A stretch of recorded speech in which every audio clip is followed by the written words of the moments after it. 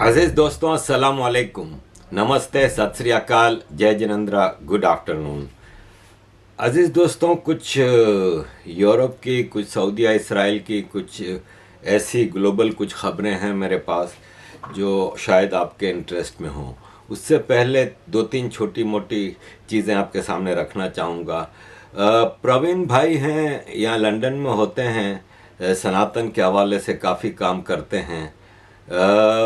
उनका एक प्रोग्राम है लंदन में, सटन के इलाके में एक रामलीला कर रहे हैं पहली बार।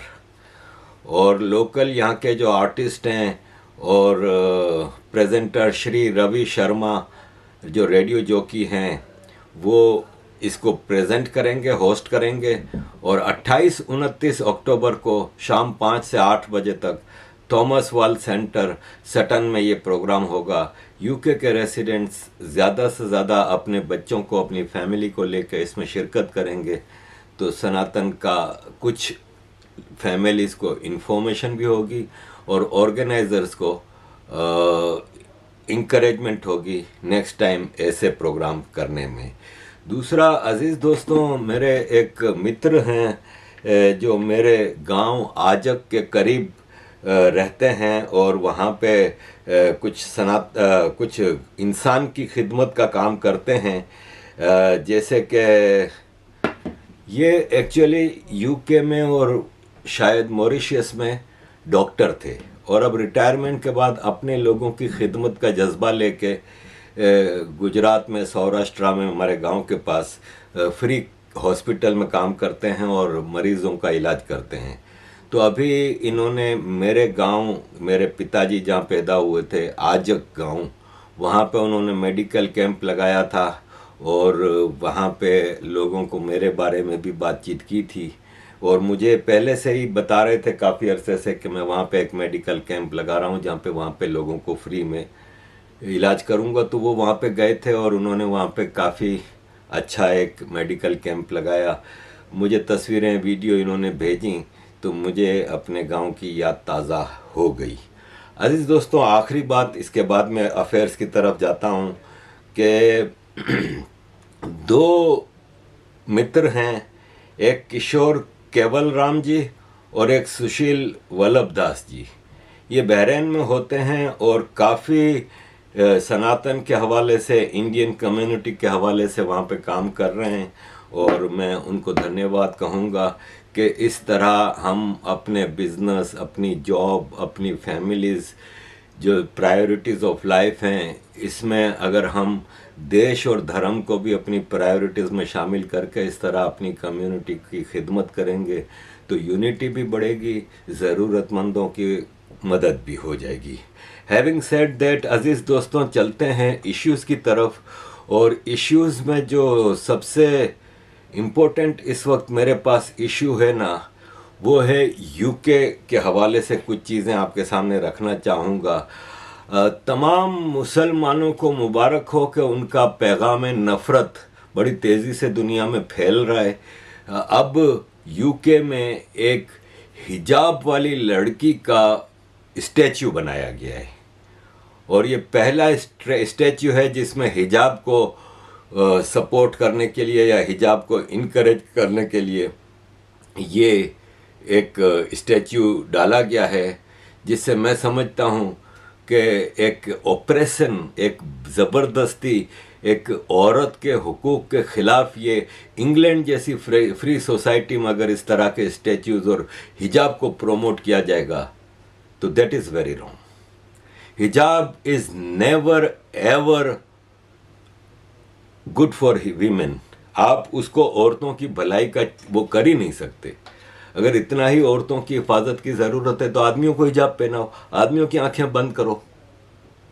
ये क्या कि औरतों के ऊपर मर्दों की नज़र जाती है इसलिए आप उनको हिजाब पहनाएं, इट मीन्स कि आप उनको दबा के रखना चाह रहे हैं। और वैसे ही इंग्लैंड में तो मतलब आप फ्रांस से सबक सीखें, स्विट्ज़रलैंड से सीखें, इवन इजिप्ट ने बंद कर दिया।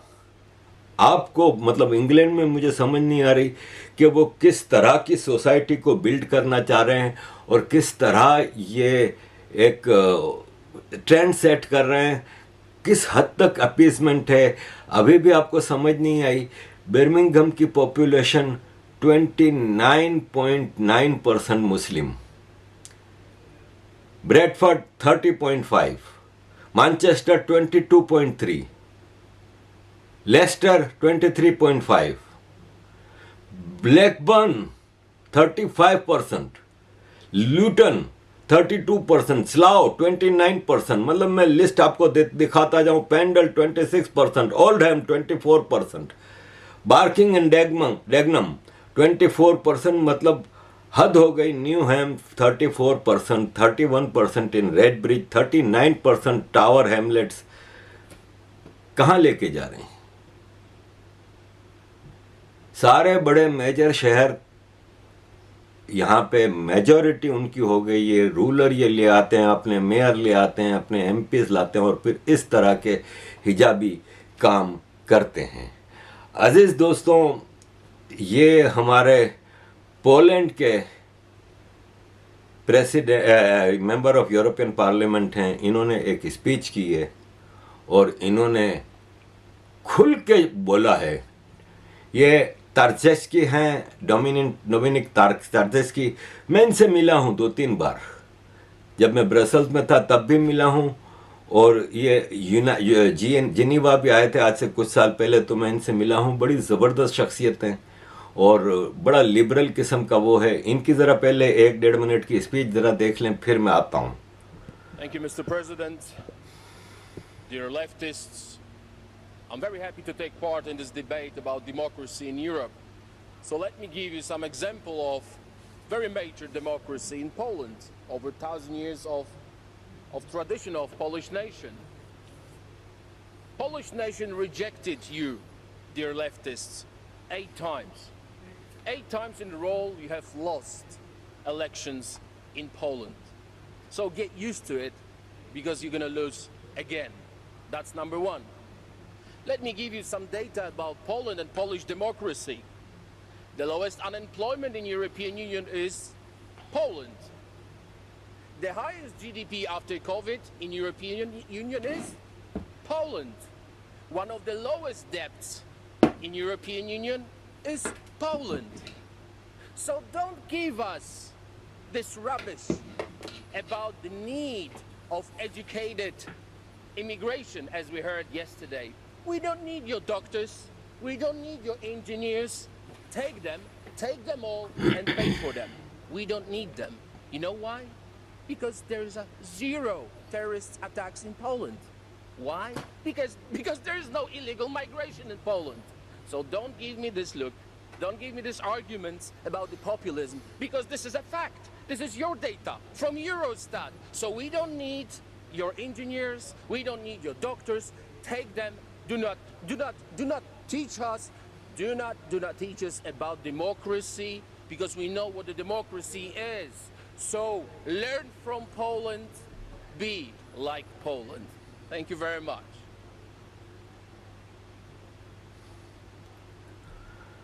अजीज दोस्तों, ये पोलैंड की तरफ से यूरोपियन पार्लियामेंट के मेंबर हैं, पोलैंड की सरकारी पार्टी से ताल्लुक़ रखते हैं, और पोलैंड यूरोप का वो मुल्क है जहाँ की पब्लिक टोटली अपनी गवर्नमेंट को सपोर्ट करती है, क्योंकि वहाँ की गवर्नमेंट पूरी दुनिया की क्रिटिसिज्म को बर्दाश्त करती है, लेकिन ऐसी पॉलिसीज़ बनाती है जिससे इनकी पब्लिक सुरक्षित रहे।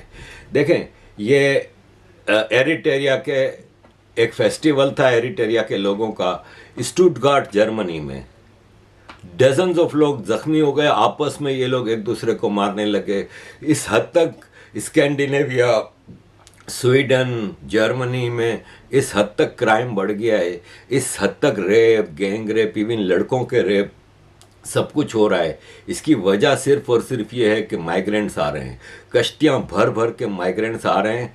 और ये है कि ट्यूनीसिया से, मोरक्को से, देखें, एक अजाइलम का एक प्रोसीजर होता है कि आपकी जान अपने मुल्क में ख़तरे में है, आप दूसरे मुल्क में जाते हैं। अब ये ट्यूनीसिया, मोरक्को, अल्जेरिया, एरिट्रिया, इन यहाँ पे कोई ऐसा इतना बड़ा इशू नहीं है कि आप पूरे के पूरे मुल्क उठ के आ रहे हैं। मतलब हज़ारों लोग रोज़ के यहाँ की तरफ आ रहे हैं, लेकिन पोलैंड ने बड़ी सख्ती रखी है और किसी किस्म के माइग्रेंट्स, ख़ास तौर पे मुस्लिम माइग्रेंट्स को तो ये एक्सेप्ट ही नहीं करते। दुनिया के 2 देश हैं जहाँ पे क्राइम ना होने के बराबर है, जहाँ पे टेररिज्म है ही नहीं, कभी नहीं सुना कि वहाँ पे टेररिज्म हो। वहाँ पे रिलीजियस एक्सट्रीमिज्म है ही नहीं, क्योंकि रिलीजियस एक्सट्रीमिज्म कहाँ होता है? जहाँ इस्लामिक एक्सट्रीमिज्म होता है। क्योंकि जब मुसलमान अपनी शरिया, अपना एक्सट्रीमिज्म लेके आ जाते हैं ना बहुत ज़्यादा, तो फिर क्या होता है कि दूसरे धर्म के लोग भी फिर उसको काउंटर करते हैं। जब काउंटर करते हैं तो कहा जाता है कि क्रिश्चियन एक्सट्रीमिज्म, हिंदुत्व एक्सट्रीमिज्म, ये वो। लेकिन फिर आप अपने धर्म को बचाने के लिए अगर कोई आके अपनी एक्सट्रीमिज्म और अपनी एक्सट्रीम सोच आपके ऊपर हावी करने की कोशिश करता है, तो आपका राइट है कि आप अपने धर्म का प्रचार करें। जब ये प्रचार करते हैं पीसफुल, तो भी इसको एक्सट्रीमिज्म का नाम दिया जाता है। ये दुनिया का एक अजीब रंग है। अजीज दोस्तों, इसी हवाले से मैं आगे आपके सामने एक वाक़या रखूँगा। एक एक्टर हैं, ब्रिटिश एक्टर रसल ब्रांट। इन्होंने अभी, आपको पता है कि कनाडा में पार्लियामेंट में अभी 2 दिन पहले कनाडा की पार्लियामेंट में जब ये ज़ेलेंस्की आया था, तो एक जर्मन ऑफिसर जो कि नाजी था, जो हिटलर की फौज की तरफ से रशिया के खिलाफ लड़ा था। उस वक्त रशिया यूक्रेन को, पोलैंड को, इन सबको बचा रहा था और इनसे लड़ रहा था। सेकेंड वर्ल्ड वॉर में सबसे ज़्यादा फौजी जो मरे हैं वो रशिया के मरे हैं, यूरोप को बचाने के चक्कर में इन जर्मन नाजियों से। उस जर्मन नाजी को वेलकम किया गया पार्लियामेंट में, सब लोगों ने खड़े होकर तालियां बजाईं। वो मैं कनाडा की वीडियो में आपको उसको पूरा डिटेल बताऊंगा कि है क्या। तो रसल ब्रांड ने कहा, और ये भी याद रखिएगा कि ज़ेलेंस्की इज़ ए ज्यू, ये यहूदी है, और रशिया ने हिटलर के, यहूदियों के कत्लेआम पे हिटलर का मुकाबला किया था। तो आज देखें दुनिया के रंग कैसे बदलते हैं। तो रसल ब्रांड ने एक ट्वीट की कि हमने सोवियत यूनियन के साथ मिल के नाजियों का मुकाबला किया था सेकेंड वर्ल्ड वॉर में, लेकिन इस बार यूक्रेन में हम जो जंग लड़ रहे हैं वो नाजियों के साथ मिल के रशिया से लड़ रहे हैं। खाली इसने एक ट्वीट की, यकीन माने कुछ ही देर बाद रसल ब्रांड के ऊपर रेप, सेक्सुअल असॉल्ट और इस तरह के कई झूठे आरोप लगा के इसके ऊपर गहरा तंग किया जा रहा है। और अब इसको एक सज़ा के तौर पे इसके ऊपर इतने सारे आरोप लगा दिए गए हैं अचानक। और सबसे बड़ी बात, ये आना मैकगोवन, इन्होंने कहा है कि मीडिया कमेंटेटर्स और वो सब उस वक्त कहाँ मर जाते हैं जब रोदरम, रोचडेल में पाकिस्तानी, पंजाबी, मुसलमान लोग सेक्स ग्रूमिंग गैंग चलाते हैं। उस वक्त ये मीडिया इतना खुल के, इतना तूफान की तरह क्रिटिसाइज क्यों नहीं करता जिस तरह ये रसल ब्रांड के पीछे पड़े हुए हैं। उस वक्त ये कहाँ मर जाते हैं, तब इनको ये तूफानी जर्नलिज्म क्यों याद नहीं आती। बात तो सही है इनकी। अजीज दोस्तों, ये एक छोटी सी थी जो चीज़ मैं आपके सामने रखना चाह रहा था रसल ब्रांड के हवाले से। और अब मैं आपके सामने कुछ सऊदी अरब और इज़राइल के हवाले से चीज़ें रखना चाहूँगा कि अभी जो यूनाइटेड नेशन जनरल असेंबली के इजलास में Benjamin Netanyahu prime minister Israel ने कहा कि हमारा सऊदी अरब के साथ बहुत जल्द एग्रीमेंट होने वाला है। और हम वैसे भी आपने देखा है कि काफ़ी अरसे से सऊदी अरब और इज़राइल में कुर्बतें बढ़ रही हैं। और ऐसा है कि अब सऊदी अरब ने अपना एयर स्पेस भी काफ़ी अरसे से इज़राइली एयरलाइंस के लिए खोल दिया है और काफ़ी कुर्बतें बढ़ रही हैं। वैसे ही दुबई, इमारात, मोरक्को और कई इस्लामिक देशों ने एग्रीमेंट कर लिया है इज़राइल के साथ। इनकी एक दूसरे के देशों में एम्बेसियां खुल रही हैं, बहरीन में खुल गई है एम्बेसी। अब सऊदी अरब के साथ भी नेतन्याहू ने कहा है कि काफ़ी हद तक करीब आ गए हम एग्रीमेंट के उस पे। और नेतन्याहू ने आगे बढ़ के ये भी कहा कि जिस दिन सऊदी अरब से हमारा एग्रीमेंट होगा उसके फ़ौरन बाद 6-7 और इस्लामिक देशों के साथ हमारा एग्रीमेंट होगा। मोहम्मद बिन सलमान ने कहा है कि हर गुजरते दिन के साथ सऊदी अरब और इज़राइल के ताल्लुकात अच्छे होते जा रहे हैं और हम एक दूसरे के करीब होते जा रहे हैं। अजीज़ दोस्तों, ये एक बहुत ही अच्छी बात है। इसी सिलसिले में पाकिस्तान के आर्मी के नाजायज़ बेटे, इस वक्त हर बार एक नाजायज़ बेटा प्राइम मिनिस्टर होता है, इस बार ये कक्कड़ है। इससे पूछा गया और पाकिस्तान के फॉरेन मिनिस्टर जलील अब्बास जिलानी से, जो कि GHQ में पैदा हुए हैं, उनसे पूछा गया कि आपका क्या ख्याल है ये सऊदी अरब और इज़राइल के कॉन्ट्रैक्ट के बारे में। तो उन्होंने कहा कि हम अपने देश को देखेंगे और हम जब तक पैलेस्टाइन का मसला हल नहीं होगा, एक आज़ाद, मजबूत, इंडिपेंडेंट फ़लस्तीन स्टेट नहीं बन जाती, तब तक मतलब मामा बने हुए हैं। जिनका मसला है अरबों का, वो इज़राइल के साथ ताल्लुक कर रहे हैं। पाकिस्तान की आर्मी के एक और नाजायज बाप तुर्की ने कबूल किया हुआ है इज़राइल को, ये मामा बने हुए हैं। मतलब पाकिस्तान दुनिया भर के मसले हों, अज़रबैजान में कुछ हो, इस पैलेस्टाइन में कुछ हो, दुनिया भर के मसले कर रहे हैं, अपना मसला हल नहीं कर पा रहे।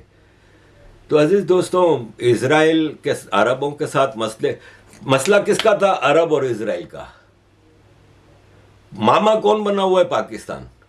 इसी तरह इस्लाम को मॉडर्नाइजेशन की तरफ, लिबरलाइजेशन की तरफ, रिफॉर्म्स की तरफ, जहां इस्लाम पैदा हुआ वहां हो रहा है काम। ये एक्सट्रीमिज्म की तरफ दिन ब दिन लेके जा रहे हैं, क्योंकि पाकिस्तान आर्मी के हक में जाती है बात, पाकिस्तान आर्मी के फ़ायदे में होती है जब वो इस्लाम को बहुत ज़्यादा यूज़ करते हैं। अजीज़ दोस्तों, एक छोटी सी खबर शेयर करूंगा कि आज से कुछ अरसे पहले, मेरा ख्याल है 3-4 हफ्ते पहले या 1-1.5 महीने पहले की बात है, कि बहुत ज़्यादा मीडिया में शोर उठा था कि सऊदी अरब के क्राउन प्रिंस मोहम्मद बिन सलमान और इमारात के प्रेसिडेंट और अबू धाबी के रूलर प्रिंस मोहम्मद बिन जैद बिन सुल्तान अल नहयान के दरमियान दूरी हो गई है और दोनों एक दूसरे से नाराज़ हैं और दोनों में काफ़ी एक झगड़ा हुआ है। इस खबर पे पानी फिर गया जब अभी एक इंटरव्यू लिया गया इमारात के क्राउन प्रिंस मोहम्मद बिन जैद बिन सुल्तान से। तो उनसे पूछा गया सऊदी क्राउन प्रिंस मोहम्मद बिन सलमान के बारे में, तो उन्होंने कहा कि मोहम्मद बिन सलमान है ना, वो किंगडम ऑफ सऊदी अरब का ज़बरदस्त ट्रांसफॉर्मेशन कर रहे हैं और उनकी अचीवमेंट की लिस्ट है ना बहुत लंबी है। हम अपनी सक्सेस स्टोरीज के साथ ही नहीं यूनाइटेड हैं, इमारात और सऊदी अरब हमेशा साथ थे और हमेशा साथ रहेंगे, कई जनरेशन आने तक हम साथ रहेंगे। तो ये जो कुछ लोगों की ख्वाहिश थी कि सऊदी अरब इमारात में दूरी हो गई है, सऊदी अरब इमारात आपस में लड़ पड़े हैं, तो मैं समझता हूँ कि उनकी इन खुशियों पे पानी फिर गया। थैंक यू वेरी मच अजीज़ दोस्तों for all your support. Kindly keep supporting.